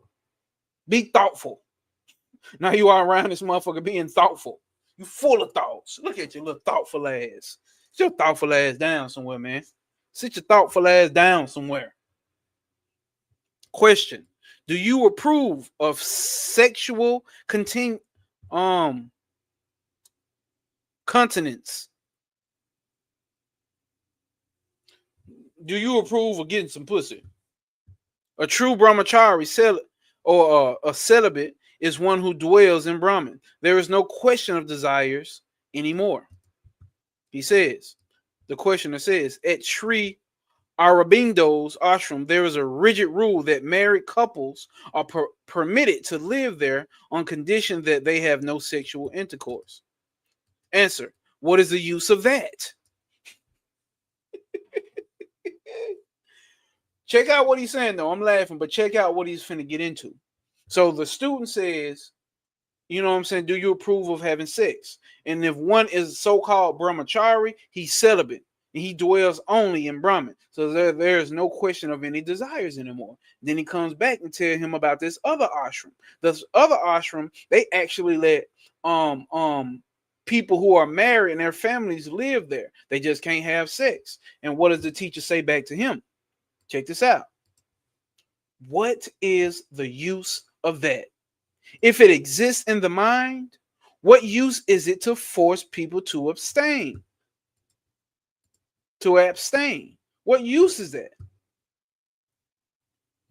Question: is marriage a bar to spiritual progress? The householder's life is not a bar, but the householder must do his utmost to practice self-control. If a man has a strong desire for a higher life, then sex tendency will subside. When the mind is destroyed, the other desires are also destroyed. The other desires are also destroyed. Well, I'm fucking.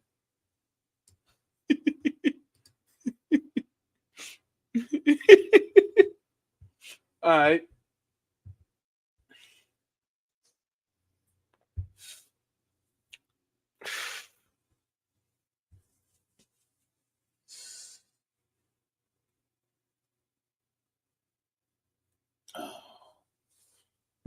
Well, Wayne, appreciate you for joining us and dropping that gem.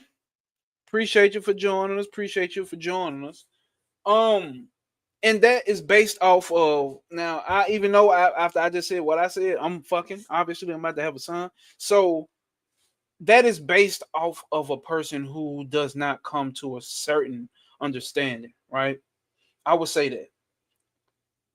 Then it would be deprivation. You see what I'm saying? Then it would be, and he's gonna get into something like that. Then, because that becomes deprivation, then when you're like, oh man, you need to stop having sex, man. You're having too much sex, and okay, I gotta stop. I gotta deprive myself of it. I gotta deprive myself of it. I gotta deprive myself of it. This is the type of person who has already hit a certain level where he's not feeling like I'm depriving myself of anything. Those are two different mindsets. Hopefully I made that clear. Those are two different levels of understanding right there.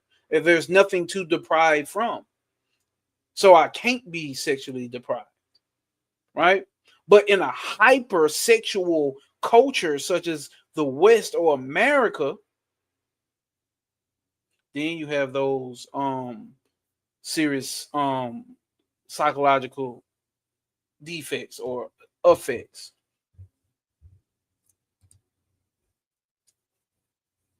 Yeah. Of course, 98% of people ain't that. There's like 98% of people ain't understanding this, what we talking about here. So, of course, no doubt. I'm with you on that 100%. Now, check this out. This next paragraph may rub some people wrong, but you got to understand from a different level of understanding. Listen to what he's saying. Cygnus said, well, why 98?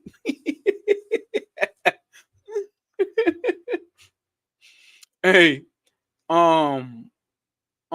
the questioner says, I have committed a sexual sin. Check this out. Here's the answer. Even if you have, it does not matter. Uh-oh. Who will tell you that? One who knows he is not the body, and no one else outside of that will tell you this. This is why 98, fuck 98, 99.99999 of people, this type of knowledge is not for. Man just said he committed a sexual sin. He says, even if you have, it does not matter, so long as you do not think afterwards that you have done so. So long as you think, as long as you don't think afterwards that you have done so. Why? The self is not aware of any sin, and renunciation of sex is internal, not merely of the body alone.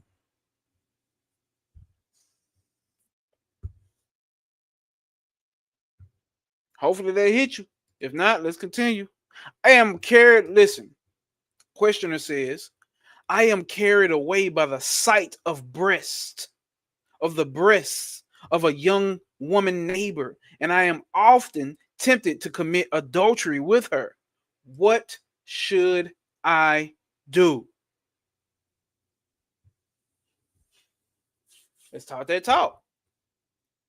You are always pure. It is your senses and body which tempt you, and which you confuse with your real self. I would, I, let's continue. Let's continue. Let's continue. You are always pure. It is your senses and body which tempt you and which confuse you with your real self, which you confuse with your real self. So, first know who is tempted and who is there to tempt. So, what is he saying? First know who is tempted and who is there to tempt. You got to understand, he's given a high level of understanding to a person who has high identification with the body. Because at this point, like, certain people would already, you know what I'm saying, we're not even stepping into that. Yes, the mind may wander off and wonder what it's like with the neighbors, this little young fine thing running around here. I'm 45 years old and it's a fucking 27-year-old running around. Of course that old man mind is wondering. Look at her body. She ain't got no sag in it. I've met these motherfuckers who deal with young motherfuckers and they can't keep their hands off these young girls. And I'm not talking about that shit, right? We're getting an understanding here. We're getting an understanding. When I say that shit, you know, I don't even think it's clear to say that shit on YouTube. We're not talking about that other P word. So, of course, the mind runs off. Older women, same thing. They may be 50 years old. They may be 50 years old and see a young 28-year-old, healthy, fit young guy running around this motherfucker. Or if it don't even matter. You may be a 50-year-old and see a fucking another 50-year-old, but you're married. We're talking about desire here. And not having control over that desire in respects in regards to your marriage, to your relationship. That's really what we're talking about here. Sex is just a medium to be spoken about here, to be understood, because we live in a hypersexual reality over here, right? But even then, even if you do, is what he's saying here. Now, even if you do, you are always pure. It is your senses and body which tempt you and which you confuse with your real self. So first know who is tempted and who is there to tempt. But even if you do commit adultery, do not think about it afterwards, because you yourself are always pure. You are not a sinner. How many of y'all did that rub wrong? How many of y'all did that rub wrong?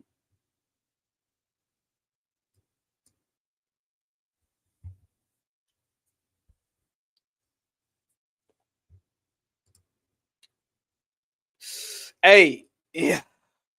Let me frame from what I was going to say. But correct, right, correct. Give them soul, peace. Appreciate you for showing up. You showed up right at the end, but it's all good. It's all good. You here, never late.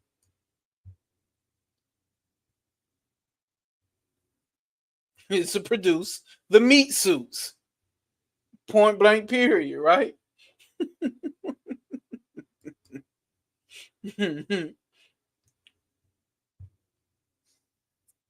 Amy is another chain. One of the worst. All right. Damn, I feel like Don Tree dropped some shit earlier. It was a long. Okay, there. Let's read this. I missed it. Non-attachment and detachment are two different things. To be morally or spiritual higher one might detach out of ignorance. In reality, the non-attached get to a point where they do not need or require a nut. Boom, boom, ba boom, boom, bam. Gems from the Don Tree himself.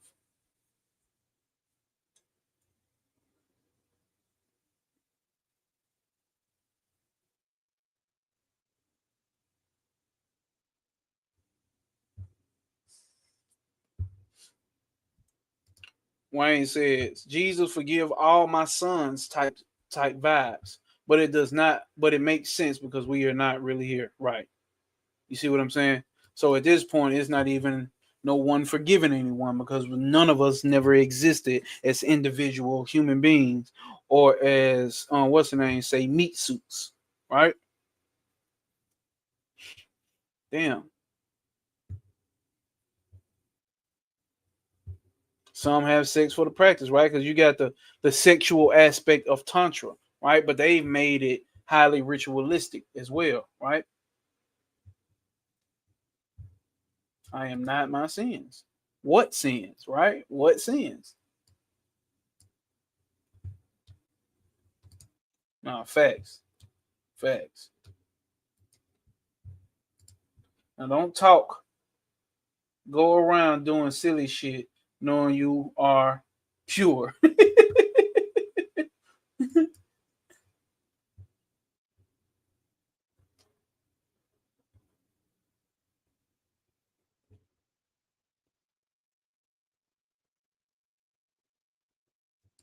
The pure ones, like the chosen ones.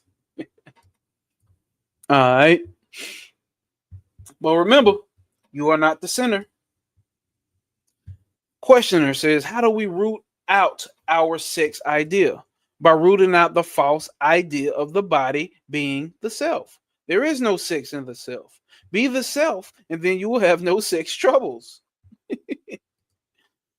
Questioner, can fasting cure sexual desire? Yes, but it is temporary. Mental fast is the real aid. Fasting is not an end in itself.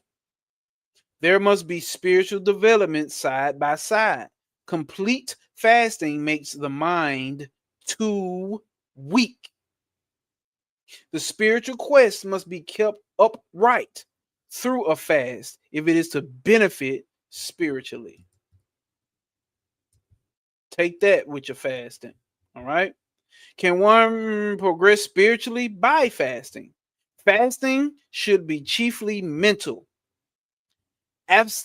Abstinence, what the fuck? Abstention from thoughts. You hear that? Abstention from thoughts.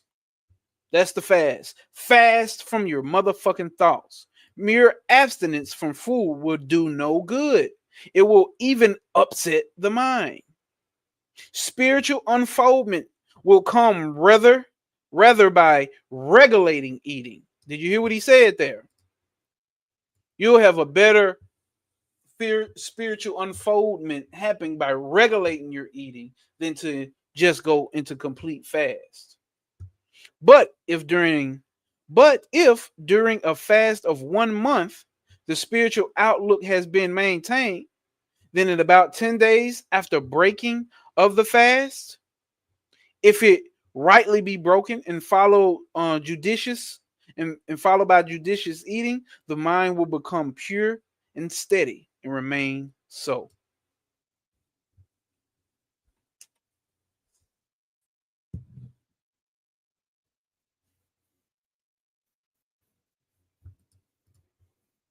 Making love to the money on the set. Great.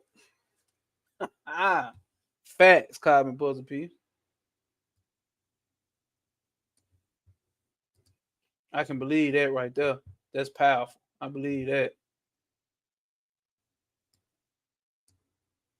Fasting should be chiefly mental.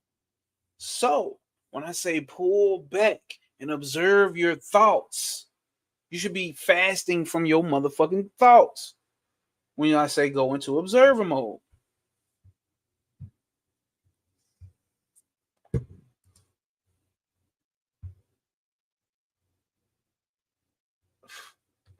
Facts. Facts, Rose of Flame. Facts. And found it eye opening. Salute. He said, but I'm still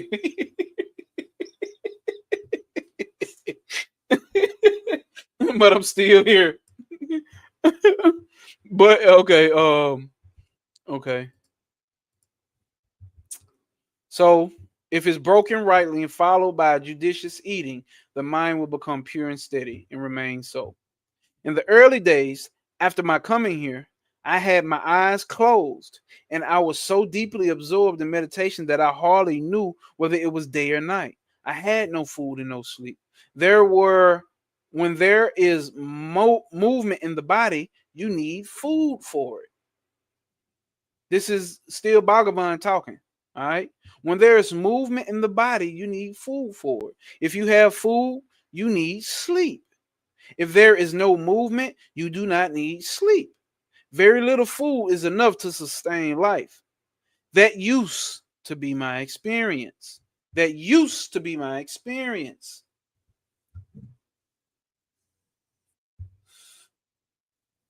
That used to be my experience, right? Somebody or other used to offer me a tumblerful of some liquid diet whenever I open my eyes. Yeah, that is the story that I heard about him. He being Samadhi for so goddamn long, they used to have to take care of his body for him. They used to have to take care of Sri Ramana Maharshi's body for him. Like he's saying right here. They used to give him that liquid diet whenever he opened his eyes. They had to wash his body while he's sitting there. That was all I ever ate. But remember one thing, except when one is absorbed in that state where the mind is motionless, it is not possible to give up sleep or food altogether. When the body and mind are engaged in ordinary pursuits of life, the body reels if you give up food or sleep. There are differing theories concerning now much a sadhaka, now how much a sadhaka should eat, which is a spiritual student or a spiritual seeker. There's a lot of theories around it, right? How much he should eat and how much he should sleep. Some say that it is healthy to go to bed at 10 p.m. and wake up at 2 p.m. That means that 4 hours of sleep is enough. Some say that 4 hours sleep is not enough, but that it should be 6 hours. It amounts to this: that sleep and food should not be taken in excess. If you want to cut off either of them completely, your mind will always be directed towards them. Therefore, the sadhaka or the spiritual seeker should do everything in moderation. There is no harm in eating 3 or 4 times a day, but only do not say, I want this kind of food and that kind, and so on. Moreover, you take these meals in 12 hours. You take these meals in 12 hours of waking, whereas you are not eating in 12 hours of sleep. Does sleep lead you to mukti or liberation? It is wrong to suppose that simple inactivity leads one to mukti. He just answered a lot of shit here. So, what about diet? They say food affects the mind. For the practice of any kind of yoga, vegetarianism is absolutely necessary since it makes the mind more sattvic, pure, and harmonious. Could one receive spiritual illumination while eating flesh foods? What people say, oh, you eat meat, you can't be spiritual. Could one receive spiritual limitations while eating flesh foods? Yes, but abandon them gradually and accustom yourself to sattvic foods. However, once you have attained illumination, it will make less difference what you eat. As on a great fire, it is immaterial what fuel is added.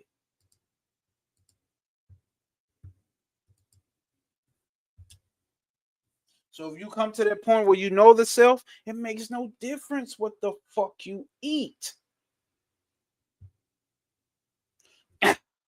Whatever. Next question. We Europeans are accustomed to a particular diet. Now, here you go for us Westerners, right? Because we have a European diet over here. Let's see what he says. We Europeans are accustomed to a particular diet, and a change of diet affects the health and weakens the mind. Is it necessary to keep one's physical health? Right? So, although we know we are not the body and the mind, does it make sense to keep the physical health?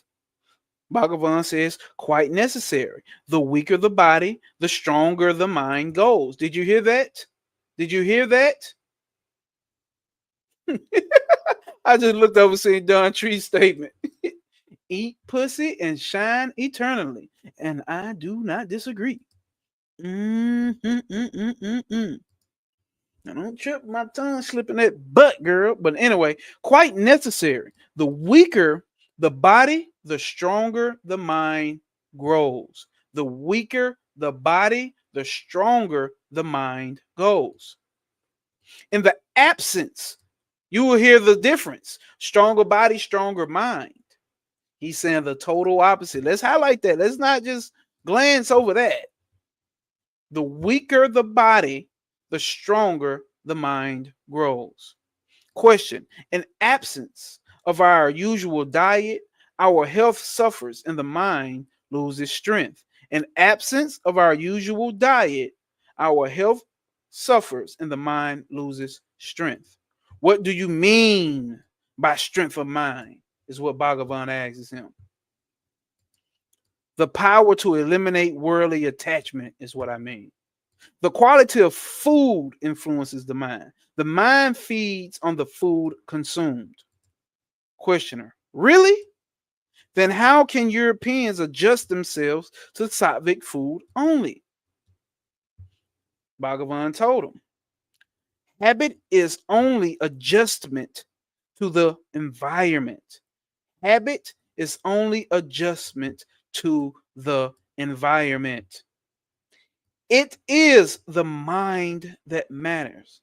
The fact is that the mind has been trained to think certain foods tasty and good. The food material is to be had both in vegetarian and non-vegetarian diet equally well. Balance it out. You're gonna eat you some meat, eat you some meat. You're gonna eat you some vegetables, eat you some vegetables. Balance this shit out in between. But the mind desires such foods as it is accustomed to and considers it tasty. Like today, I'm going to have another meal of lamb. I'm going to have a gyro or a hero. Today, I'm going to have it because it's tasty. Because my mind has been accustomed to that tastiness. It was really about time for me to start losing weight.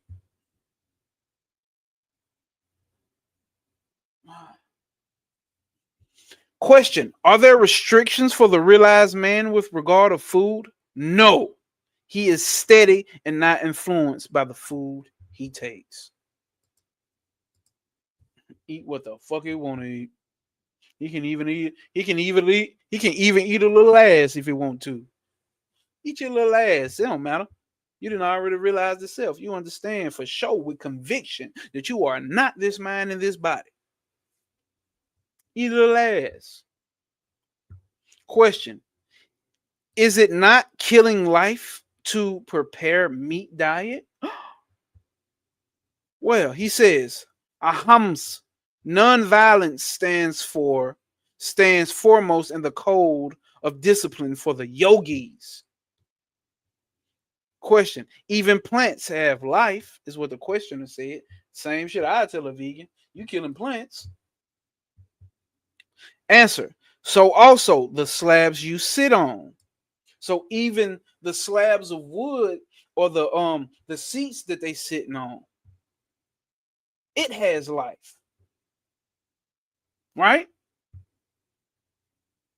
All right. Question: may we gradually get ourselves accustomed to vegetarian food? Yes, that is the way. Questioner says, is it harmless to continue smoking? Questioner says, is it harmless to continue smoking? As I hit my vape, which I will stop because I said it. But let's see what a self-realized master, Bhagavan God, has to say. No, it is not. Is it harmless to continue smoking? No, for tobacco is a poison. It is better to do without it. Fuck is that? For tobacco is a poison. It is better to do without it. It is good that you have given up smoking. Men are enslaved by tobacco and cannot give it up. I'm enslaved, or this body is enslaved. But tobacco only gives a temporary stimulation to which there must be a reaction with craving for more. It is also not good for meditation practice. Question: do you recommend that meat Do you recommend that meat and alcoholic drinks be given up? It is advisable to give them up because this abstaining abstention is a useful aid for beginners. The difficult is surrendering them does not arise because they are really necessary. Did you hear that? The difficulty in surrendering them does not arise because they are really necessary, but merely because we have become injured by custom and habit to them. That's it. Generally speaking, questioner says, what are the rules of conduct which an aspirant should follow? A moderation of food, or a moderation in food, moderation in sleep, and moderation in speech. And that, my friends, will end chapter 12. Today, we have learned from a self-realized yogi, from a self-realized master, what it means to live the life of a spiritual person.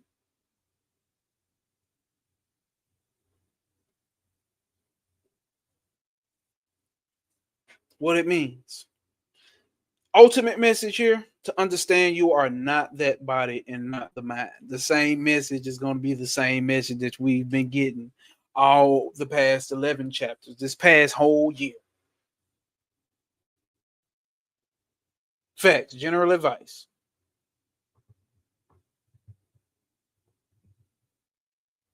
You got to understand you are the strong undercurrent. You are the support. You are the cosmic principle. The cosmos cannot exist without you, the self. It cannot exist without you, the self. It cannot exist without you, the self. Don't overthink it. You are that.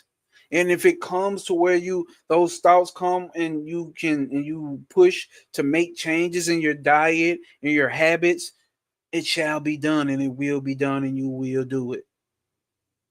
Like what Sine just said, like it's easy, fam. You can do it. Facts. And I've done it before. You know what I'm saying? Like just how I quit smoking weed. I ain't smoked weed in about 3-4 goddamn years. You see what I'm saying? I ain't smoked weed in about 3-4 years. And I'm not even desired to do it. But I picked up another one, right? Yeah, it is what it is. If you ask me, does it have anything to do with me recognizing or realizing that I am that? Hell the fuck no. Because even then you know what I'm saying? Not even trying to compare, but I'm just saying we're not even gonna go there because it's gonna sound like a comparison. So what's the real deal here? I am not this body, I am not this mind. And you have to sit with that.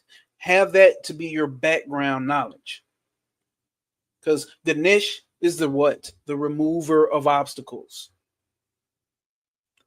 You get to a point where you realize there are no obstacles. No obstacles will apprehend you, is what no way stands for the new people. No obstacles will apprehend you because there are no obstacles. Ultimately,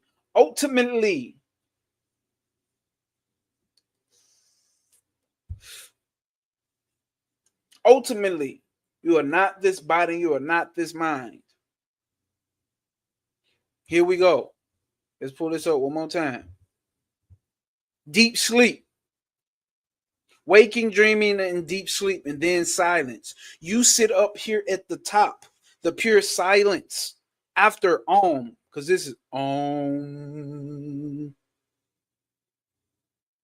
There's something that's aware of that deep sleep state itself. There's awareness that's in that deep sleep state, aka REM sleep. Or not rapid eye movement, but deep sleep. It may be the same thing. Who knows? Fuck it. In the dream state, there's something that is aware of the dream state. There's something that is aware of the waking state, and it sits at the top. We're talking about the cosmic principle, consciousness, the self. Here's the body in the waking world. Here's a new body in the dream world. There's no body and no senses of anything in the deep sleep realm. There's nothing to be aware of in that state. That's the only time your mind gets rest, or when you go into samadhi. The mind gets rest in that deep sleep state. So all that ego down here in the waking and the dream state, yes, the ego is in the waking and the dream state. The intellect is in the waking and the dream state. Your logical understanding of what we talked about today only exists in the waking and the dream state. Deep sleep, there is no contents to be aware of. There are no senses to draw in information. But even then, so there's consciousness there and no objects for consciousness to observe. And then here's just that pure consciousness, which illuminates all other three states. Realize that is who you are, that is what you are, and you have always been. And no matter whether you fucking every day or not, whether you eating every day or not, whether you smoking every day or not, or whether you look at some pretty titties or not, you are still that Turiya, that fourth state, that pure consciousness, that no thingness. That is your true nature. And remember, y'all, as always, no obstacle will apprehend you. Prosper over pain. There are no obstacles. There's only opportunity for you to realize the self. Observe your one-sided opinions. Observe your one-sided thoughts. Observe your emotions. Observe that one lane as spiritual knowledge that you have. Observe it. Just watch it and look at it and observe it. Detach from it. We should all do this. And as always, I love you motherfuckers. See y'all next week. Much love. Gang.